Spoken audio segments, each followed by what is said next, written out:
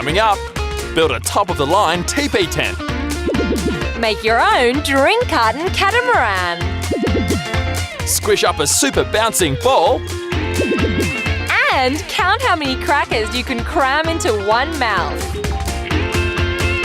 Crumbs! That's one competition I reckon I could win, hands down. Boys, why do they like doing disgusting things? I think it's time to retreat to the girls' tent with Olivia and Carrie-Anne. Carrie-Anne and Olivia look like they're into secret girls' business.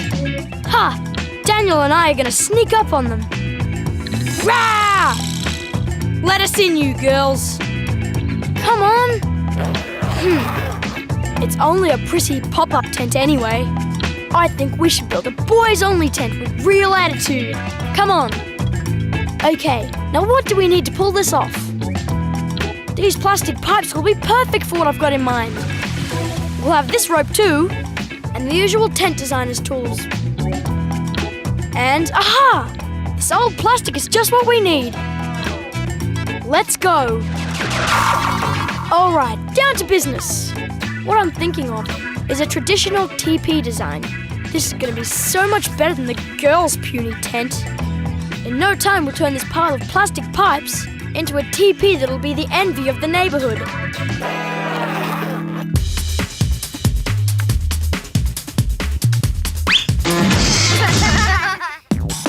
When I get home from school, I'm always starving. Choc chip cookies, yum! Hey!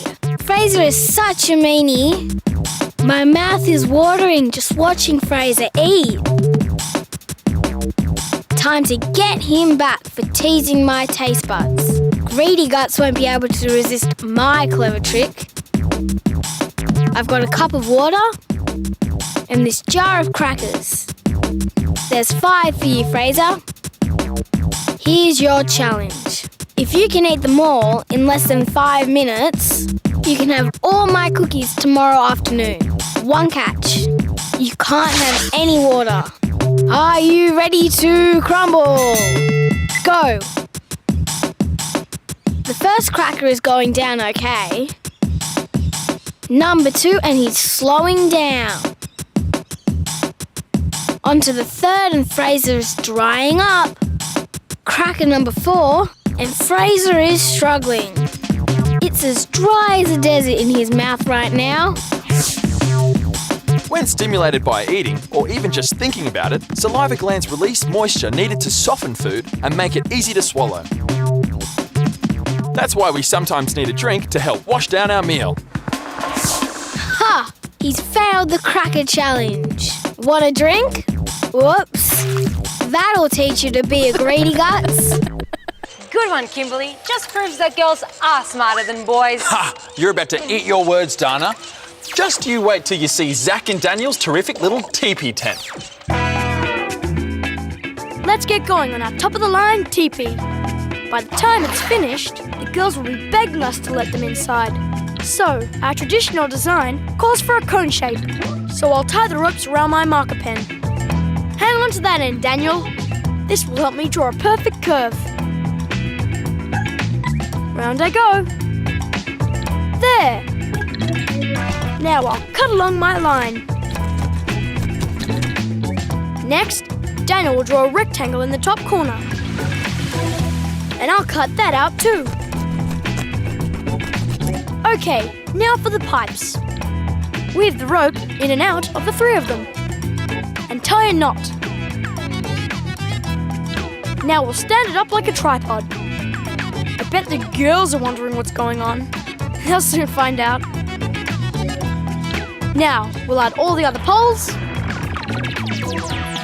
Great, that's 8. Now, I'll run the rope around the top a few times. And our plastic is ready to go on. Around it goes. And I'll hold it in place with a peg. Excellent! Puts the girls' tent to shame. Let's get inside. It's starting to cloud over.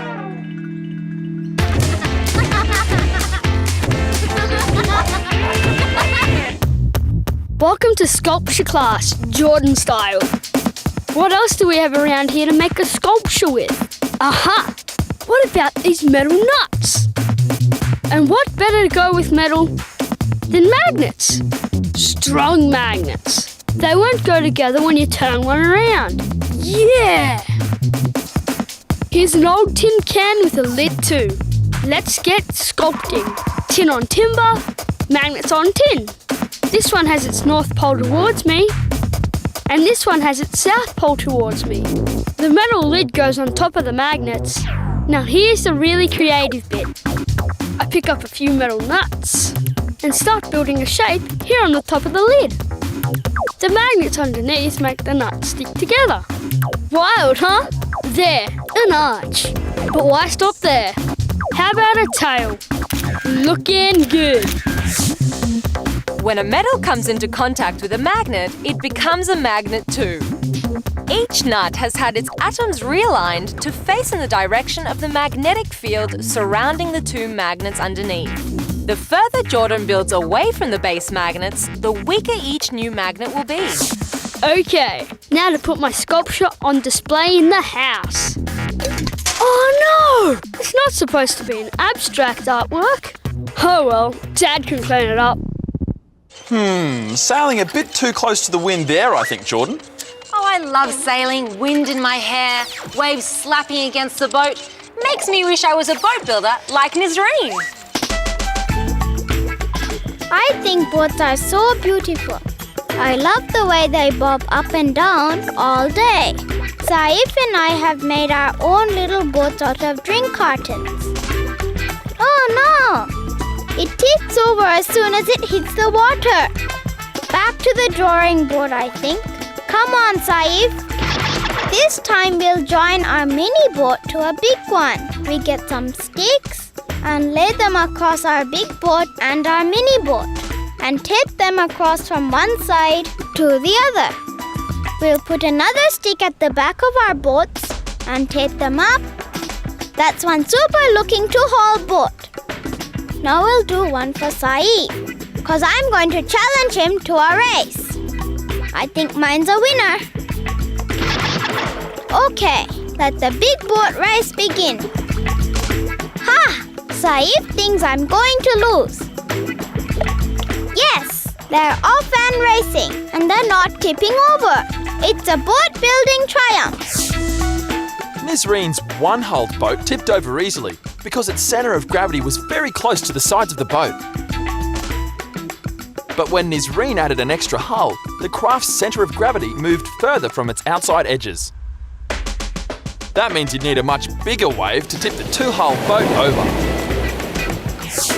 Oh no! Saif's boat is getting ahead. Oh, I lost. But at least our boats didn't tip over, which is more than you can say for Saif.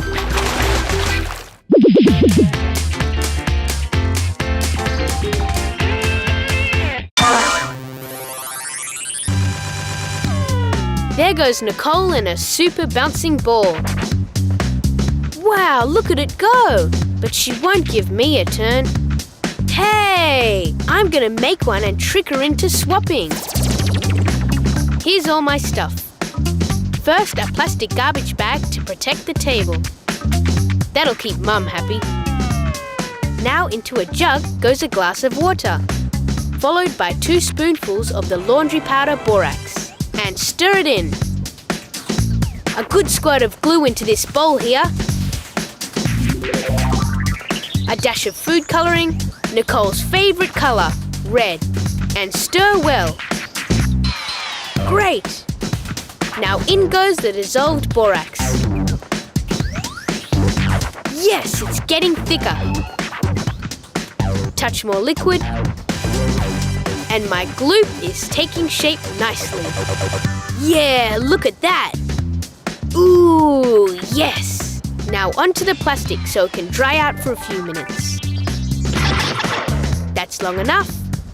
Now squish it. Roll it. Punch it. Squish some more. Good, it's nearly in a ball shape. Now for the drop test. Cool! It bounces! Enough to fool Nicole at least. Damon's ball gets its bounce from the glue. But it's the borax that holds the glue together in the ball shape. The glue is called a polymer and the borax a cross-linker. Put them together and you've got a ball with real bounce. Have a try with my bouncing ball, Nicole. Yeah, I've got her ball. Pretty good, eh? I think Nicole prefers my homemade super bouncer. Actually, I think I prefer it too. Thanks, Nicole. This little beauty is mine. Nice work, Damon. Perfect design and works like a charm. Rather like Zach and Daniel's teepee, wouldn't you say, Dana? We're almost there. We said we'd build a tent with attitude. Unlike the girls and their pathetic pop-up number.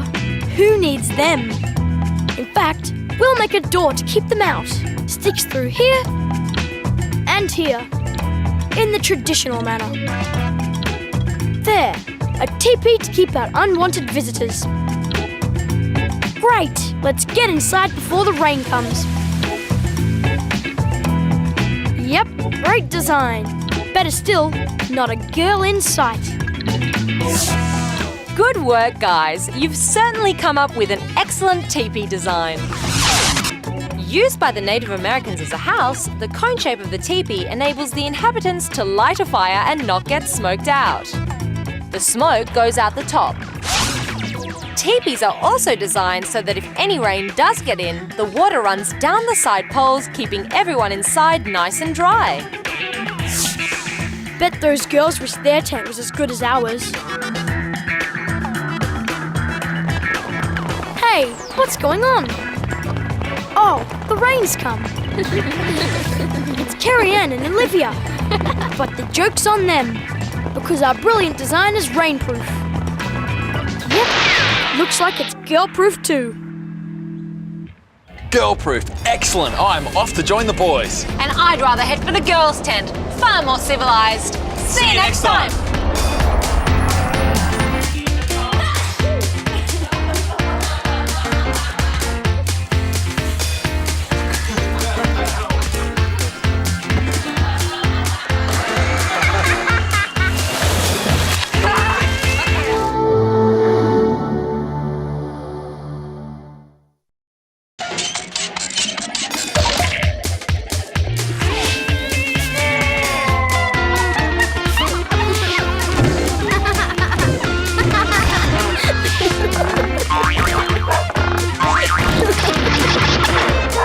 Coming up, make your party a smashing success with a perfect piñata.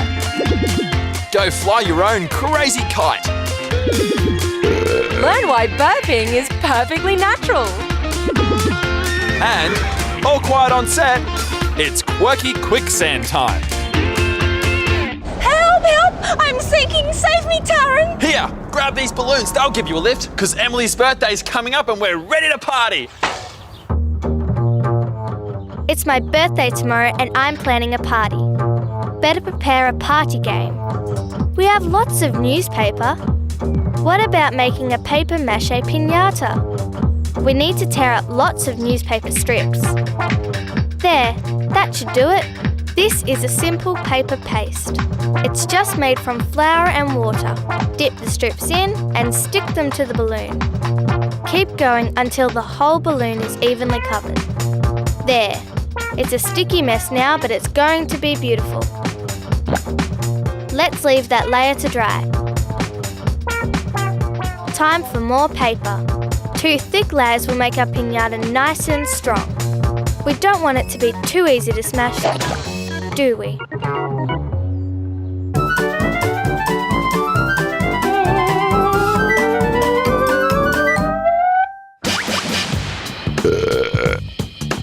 What? Burping is perfectly natural. It's because of the bacteria in my tummy. I'll prove it to you. I've got 2 funnels, one big and one small. They go together like this. Hold them, Em.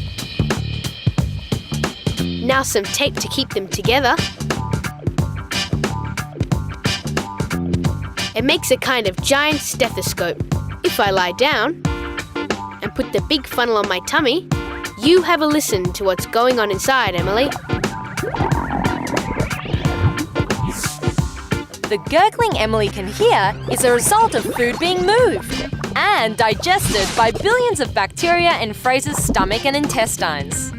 As these bacteria work, they produce gas, which builds up inside us. Emily! Pardon you for being so rude. It was not you, it was your food. How gross! I think those guys need to brush up on their party manners, especially if they expect an invitation to Emily's birthday celebration. Our double-coated paper mache is dry. Here's the bit I like, popping the balloon. Once that's done, we can fill the empty shell with treats. Keep them coming, Daniel. It needs to be packed with party food. Once our piñatas are full, we seal up the top with a little more paper and glue. There. Time to make them look beautiful. The brighter the better, if you ask me. Daniel's going for green. My one is pretty and pink. They look like dinosaur eggs. Poke a wooden skewer through the top and attach a long string so you can hang it up. Finished! Our piñatas are ready to party. Let's test one out. I'll hang it here on the roof. Okay, Daniel, give it a few test whacks. Not too hard. Whoops! It's fallen into Rover's water bowl. My party game will be ruined. Unless we can make the other piñata waterproof.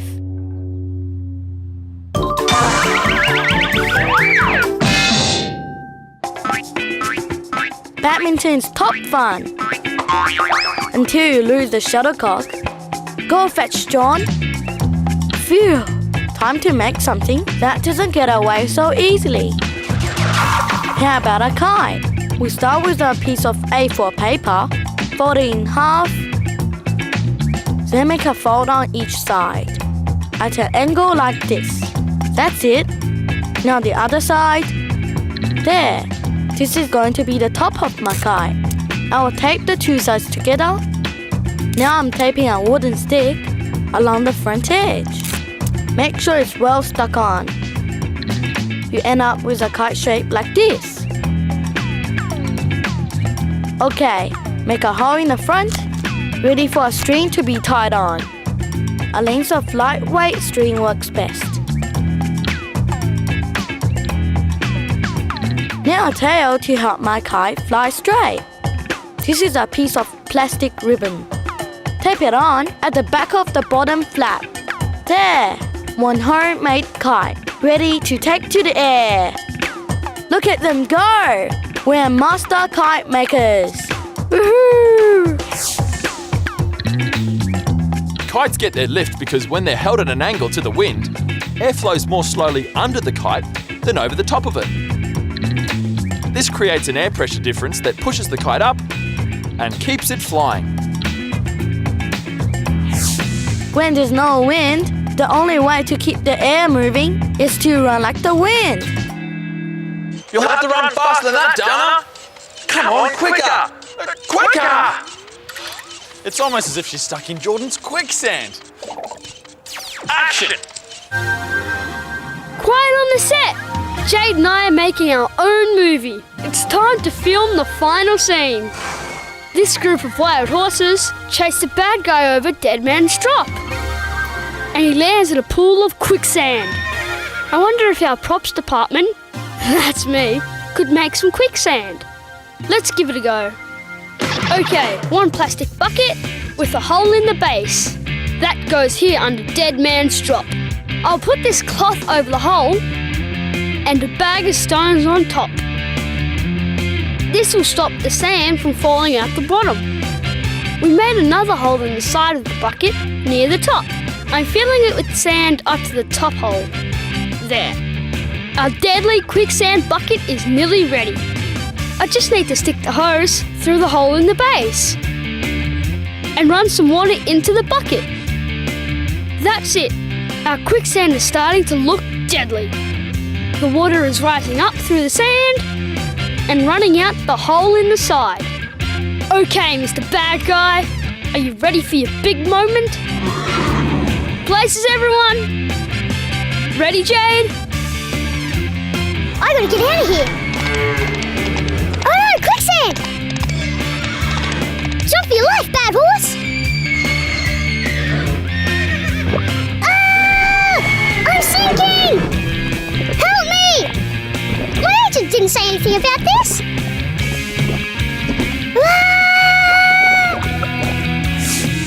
Quicksand is really just ordinary sand that has become so saturated with water that the friction between the sand particles is reduced.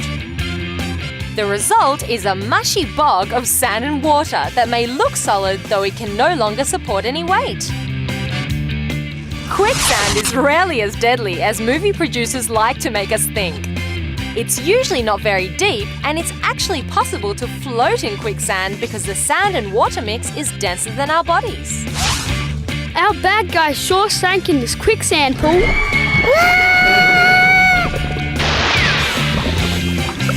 But you can't always believe what you see at the movies.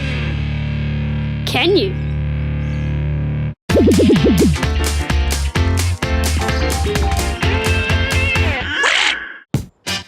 Man, I'm sick of sweeping the pathways. Oh, I'm worn out. And all Daniel can do is waste his energy bouncing that silly ball. Hey, that's my broom, buddy. I wonder if it's any easier if I sweep from down here. Not really. What about up here again? Interesting. With the handle long, I push downward with the same force. But it goes further in the horizontal direction than when I hold it down at the end. Right, I think I can get rid of this draggy old sweeping job. I'll challenge Daniel to a match of strength. If he can put all his force against the end of the broomstick and push me over, then I lose. If not, he gets to sweep the rest of the paths. May the force be with me. Ready? 3, 2, 1. Push! Daniel's pushing towards me, but all that force is going upwards. I'll give him another go. Nope. All Daniel's strength is going nowhere. Guess who's just made a clean sweep in that competition? Lara has made an important discovery about force. It has two parts, how much of it there is, and the direction in which it works. Here, the amount and directions of the two forces cancel each other out, so the result is 0. The broom goes nowhere. But when Lara directs her force upward, some of Daniel's force also goes in the vertical direction, so he has no hope of pushing her over. This is the life. Daniel gets to do all the sweeping, and I get to prove that I'm no pushover. Come on, Dana, it's competition time. No, I know Lara's little tricks. In any case, I think broomsticks are better for party tricks, like whacking piñatas. I've had a brilliant brainwave of an idea. We're going to make a waterproof coating for my piñata. A few spoons of warm water in a jar. Now we dissolve some gelatin in the water. Next we pour in 2 spoons of white vinegar. Stir that all together. Now 2 spoons of gooey glycerin. You can buy this at a chemist. The last thing to go in our potion is yellow food colouring. That's really just to make it look cool.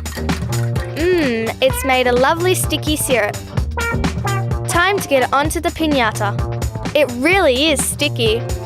Our waterproof coating is drying already. The secret to Emily's waterproofing mixture is the glycerin. Glycerin is an oil-based liquid which does not dissolve in water. When it's combined with the other ingredients, it prevents them from being dissolved by water too. The vinegar is an acid, which makes the gelatin molecules bond together in a super strong glue. It also makes the whole mixture nice and runny so that it can be spread evenly over the piñata. Because the vinegar evaporates quickly, the paint dries fast into a super tough, waterproof glue. Bad luck, Daniel. My super strong glue is too strong for you. Uh-oh. Patrick's winding up for a big one. Yeah! My piñata party is a smashing success. Wow, I can't wait to hit our piñata. Hold it up, Taryn. No way, you're too dangerous. I'm out of here. In fact, we both are, because we've come to the end of another show. See you next time.